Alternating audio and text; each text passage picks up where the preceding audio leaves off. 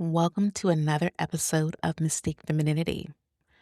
Today's episode is going to be a little cumbersome, a little different in subject because it's not a subject or word that often is spoken about, especially when it comes to being a woman. That word is self-loyalty. Loyalty is something that we all understand.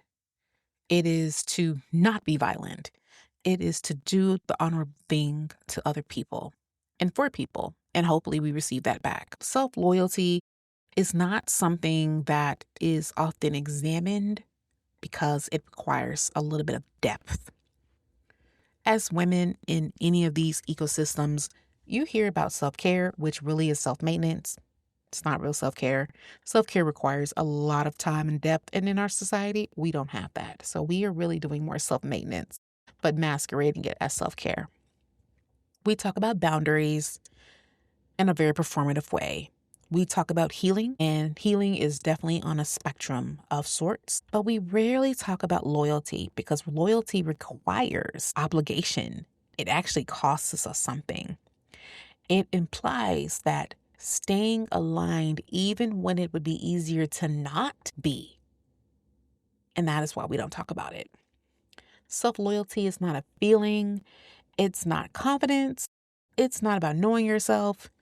To some degree, it is whether you act on what you already know consistently. Now, you may be wondering, Mystique, how does this really impact the feminine? It impacts the intuitive in such a deep, profound way.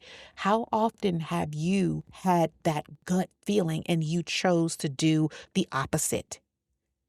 You knew that the place that you're working does not align with you, and you're wondering why you have all these reactions. That is being disloyal to self. Now, the caveat, understanding that we are in this 3D reality, means we are often having to do things out of survival because not everyone is in a position to just leave a job, leave a spouse, leave connections or friends or whatever you may have going that makes you perform and act in a way where that you know what it is, but yet you choose to do the opposite on a consistent basis. Most women do not feel themselves out loud or on purpose, but we often do this in a polite way, an appeasing way to others. Now, for me, in being in this new chapter era of my life, I often am looking at my old decades to really understand what I've come from in order to know how I want to move going forward. There are moments that you can point. They don't have to be dramatic, but you can point the ones in your life where you learned that staying loyal to yourself could create friction. It would cause heat. Maybe it's because they would call you a bitch. You would be considered difficult. You would be inconvenienced. You're a killjoy. You are a wet rag. You put a damper. You are a tease. You're too much. You're disappointing. And so instead of staying true, you adapt it because that is what we have been conditioned to do. You learn to override the signals. You muted any sort of alarms. You've delayed decisions, sometimes for weeks, sometimes for months, sometimes for decades. And you even created a way, an explanation of why you're staying. But over time, your overriding became so normal, and it often can be co-opted into seeing that you're super mature. You're so much of a mature woman. And in our world, we give kudos to women who stay in marriages 20, 30 years with an abusive man. Now, he may be abusive physically, mentally, financially, emotionally, every way, sexually, but we have honored the woman who stays in utter chaos and does it with a smile. This can be applied to jobs, friends, to lifestyles. Oh, she's just a Susie. She's just a good and faithful servant. Bullshit. That is being disloyal to yourself. This is why it becomes so difficult for you to hear the divine, trust the divine, and move with the divine confidence. It creates fractures in your trust system the more that you operate out of self-betrayal versus self-loyalty. And this fracture doesn't of trust systems doesn't impede with other people. It's with yourself. And this is why we often seek outside validation in the most chaotic ways. We need others to affirm us. We need others to confirm with us. We trust others' opinions more than our own because of the way that we have portrayed ourselves. So it's not surprising that we don't trust ourselves. Our self-trust erodes. And we collapse, but we don't collapse fully. We just become functional. We're operating at the most functional level versus the way that we were designed to be. And this, my friends, is things that we do not talk about because it's uncomfortable, but it needs to have the conversation. Now, self-loyalty versus self-care. Why one changes your trajectory. Self-care operates after the decision. Self-loyalty operates before. It might not even make the decision may not even be a thing with self-loyalty. Some things are just not even an option. Period. Self-care helps you to recover from choices that you did not interrogate. Self-loyalty, on the other hand, prevents choices from being misaligned in the first place. You can care for yourself endlessly, ladies, and still live a life that constantly requires recovery. If we were able to leave situations, people, institutions, systems, relationships, at the moment that we see that, ooh, this does not fit me anymore, or it doesn't fit at all, and we weren't operating out of a fear operating system, a fear that we're not enough system, a lot of the recovery would not be necessary because we would have cut it before it could do us harm. This is not healing. Oftentimes, self-care is not about healing. It is just maintenance. It is just maintaining the container so that you can continue to self-betray. We don't want others to see. So we put on a good face, put on a good veneer. We put on our hair or makeup. We put on a nice dress and we keep marching on instead of allowing how we really are doing to just be out and flagrantly in the open. Self-loyalty does not ask, how do I feel right now? It will ask, is this congruent with what is true? Does this align with what I know to be true? This question is extremely destabilizing because if you have concocted a life in which isn't aligned, it is like blowing the house of cards. Like everything's going to tumble down. We have had marriages and relationships that we've been in for decades that if we were honest with the back when we were just dating, they would not actually exist. We would not have engaged with this person. That means we would have not gotten married. We would have not had children with this individual. Our financial situations would be much different. We would be in a much different reality. But we did not ask the question because we were operating out of fear that if I don't get on this guy right now, then the train of dating will be no more. Why loyalty for others often comes first, and that is just the conditioning of our society of women. Women have been trained early to understand loyalty is seen as relational. It's like being loyal is how we connect with other people. I'll keep your secret. I won't tell anyone. I don't want anyone to think badly of you. So I'll just suck up and suppress that you just hit me in the face because you're a pastor. I don't want anyone to know.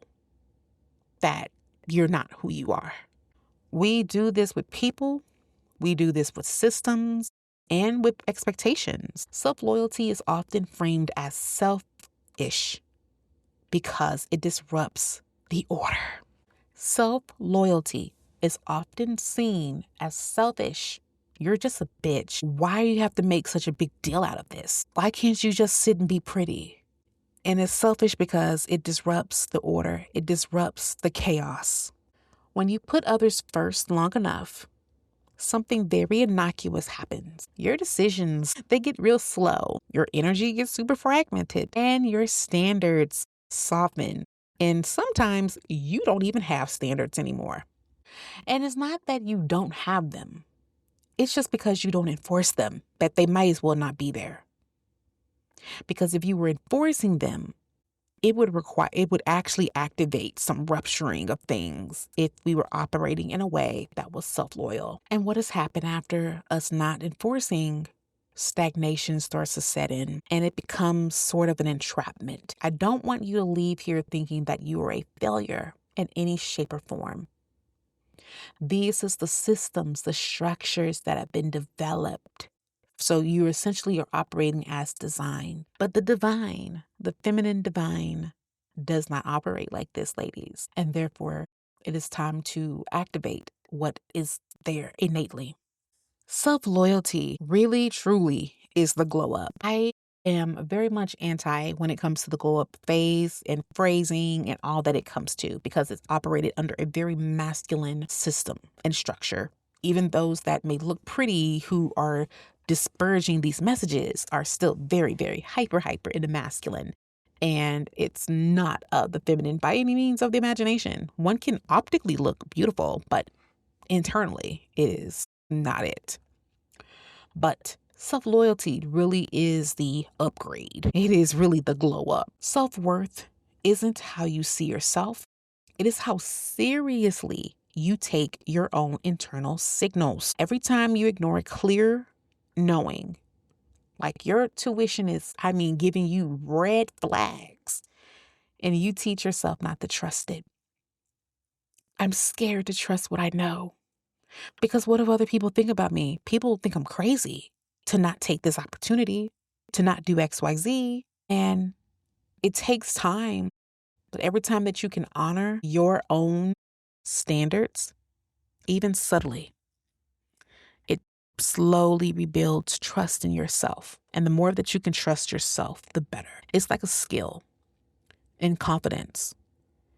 You gain confidence by doing the thing continuously and even failing, but then being able to work your way out of it, being able to get yourself back on track. That is where self-loyalty kicks in, and this is how you evolve. Becoming your highest self isn't just about elevation. It sounds really cute in words, but it's really about alignment and cohesion. Less contradiction, less internal battles, fewer justifications. All this over-explaining is done. You operate from a certain level of standard. This goes into all your habits, all your behaviors, all your belief systems, all these systems that you interact with, the people that you engage with, especially on the intimate level, everything, always in that way of self-loyalty. It all makes everything have to pivot. Now, I want us to do a little simple activity, and I like to call it a self-loyalty contract. This is not to be symbolic. It's just so that we can clear the air, especially now that we're in a new year. I want you to ask yourself, where am I currently out of agreement with myself? And I'm not speaking on a general plane. I'm talking real specific, like really undo your purse and look inside and see where are you out of agreement with yourself. And then I want you to write on a piece of paper a small contract, pretty short, to the point, not flowery, direct. And it should state what you will stop overriding, what you will stop delaying, and what you will choose without consensus, because this is your reality, my dear. No one else has the ability to understand what you want other than you. Like, you have the vision. The divine gave you the vision and didn't give you and your friend the vision. It gave you the vision. And so you have the manual script, the original one. And therefore, you don't need to have consensus about your choices. You need to just make them. And who falls with it, and those who don't. I mean, it is just that simple. It feels rough because it's going outside of the programming that has been embedded in women for decades. Now, this contract is not a promise to be brave. It is a refusal to be self-betraying any further. You deserve better than that. I want you to sign it as record of who you are. Now, I want us, as we wrap up, to kind of think about what actually changes when we're self-loyal. Is non-negotiable. Like, it's what is. It's the standard. Life doesn't become easier when you're self-loyal. Let me go ahead and clear the air for you real quick. But it does make things a lot cleaner. So if people have beef, it's not this like weird vibes coming towards you. Like, it's clearly why. We know why we're beefing. So let's just say, for an example, you're dating and you've said that you don't like low effort. And he continuously is like, let's just link up and chill. And the next time he sends a message like that, you leave him on red and you get dressed and you look pretty and you go out and enjoy yourself the way that you wanted to. And he may reach out in a few days and says, hey, what's going on? Why didn't you respond to me? I have stated that I don't do low effort and I went and enjoyed myself. And that's that. And with that, you may lose him and be comfortable with that because you deserve better, or he'll get on his stuff. One of the two. Like, really, those are the only two options that are available in this reality and the next. This goes with friends. This goes with family. This goes with jobs. And I really will preference with the job one. It can be very uncomfortable. You may not be able to just walk out of a job immediately. And if you do have that ability, God bless, babe. God bless. But if you're not, that should be your indicator that I need to be making sure my resume is up to date. I need to ensure my ducks are in order. And I need to be looking immediately and doing as much as you possibly can in this dumpster fire of a job market to make shit shake. Because that's being loyal to you, not just accepting it. And that's the difference. You may not be able to move immediately, but you are making a conscious, concerted effort to make moves, to move away from such. And then you're keeping as much of a distance as you can. This is where self-care does come into play, because maybe you're not able to find a new job until 3 to 6 months. For some people, it can be even longer. You have to do things in order to add, to replenish to yourself, in order to keep moving. But again, you're not just accepting it. Oh, this is just it. This is the only thing I can do. No, you're making a concerted effort to find new, but also maintaining and taking care of yourself and keeping as much of a distance as you can. So we're not going to the happy hours. We're not doing extras. We're doing what is required and nothing more. You will begin to lose tolerance for misalignment. You'll stop explaining your standards. Your standards are your standards. Your price is your price. It's that simple. Some relationships will calibrate, some won't. And it's okay. If anything, it will help you grow. And as I've said on this podcast in past, letting people go is great. It is beautiful. It's actually a gift, because by releasing them, it allows them to go into their new timelines and allows you to do the same without extra bloat, without extra baggage. But it also sometimes can be the activator for others to then go about in their journey to expand and evolve as well. Because sometimes, even though we might love a person, we can be the very source of stagnation for them. Because sometimes when you're expanding at a rapid pace and another person isn't ready, we're literally dragging that person in a direction that is not consensual. So Be happy with the relationships that get to stay, but be happy for the relationships that don't. We honor the time that we've had and we move on. Your whole body will become more settled. Anxiety will begin to lower. You won't be so anxious, intense, because there won't be this inner conflict. Like, we know when we betray ourselves. We know when we had expectations of ourselves and we went opposite. We're in the new year time, so fitness is a big thing. If we said that we're going to the gym 3 times a week and we don't do that, especially if it's something within our control. It's not that we didn't go to the gym because we were working and couldn't hit the gym. It's because we chose to go veg out. That's where we're betraying ourselves. And you feel that angst inside if you are attuned to yourself. Understand the difference. Now, to round us out, if this episode feels like it was confronting, I'm okay with the smoke. That was the purpose. Self-loyalty isn't meant to be comfortable. It is meant to help us be really grounded and orient ourselves. Choose one word for this year, not a feeling, but a rule, something that governs how you decide, how you operate. I want you to do one thing with this episode if you do nothing else, and that is to share it with a friend. And if you're feeling extra bold, I would love it, depending on what platform you're watching this or listening to this. I would love you to leave a comment, give us a podcast a rating. I would love for more women to be able to hear this message, because I think for 2026, this will be a message that could truly start a revolution of women to evolve into their higher selves. And until next time, make sure you're living your best life.